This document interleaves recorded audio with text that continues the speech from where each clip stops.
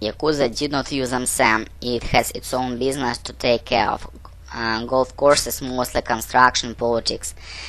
Did not care about American bank, except the American bankers made bad decision. Golf courses, construction, politics, aside from sex and more recently drugs, that were mainstays of the Yakuza business during the 80s and early 90s. During the bubble economy, the Yakuza had capitalized on the Japanese obsession with golf by subsidizing the construction of numerous golf courses in and out Japan. Some historians had surprised that nearly 90% of Japanese golf courses built during that time had some level of Yakuza involvement. The money made from these endeavors were put into more construction projects and into the coffers of the right politicians, the one who would continue to pave the way for the Yakuza business operation.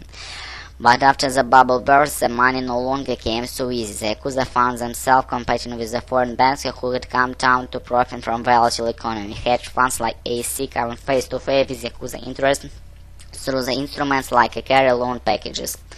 And when Americans made bad decisions that put them odds with Yakuza, the man leaned back in his chair, curling his 9 fingers across his stomach. We show them the good decisions. We show them why they should only take the good decision. I could see the chair was getting uncomfortable, shifted softly against the wall.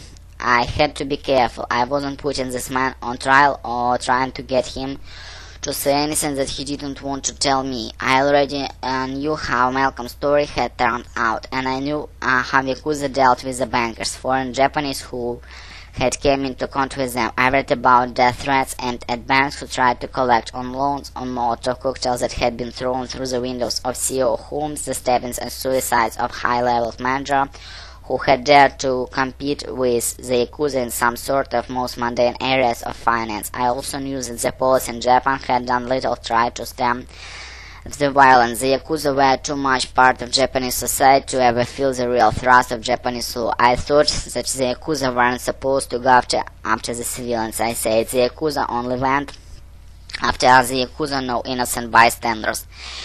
Historically, I knew this was true. The Yakuza had started off as folk heroes banded together to protect weak villages from marauding Ronin samurai, but the Yakuza had morphed over the years into something else, a mafia like no other, deeply connected into every sphere of Japanese culture, economy, politics. Still there were supposed to be rules, traditions, limitations. Репетитор по скайпу, Smart Teacher 190.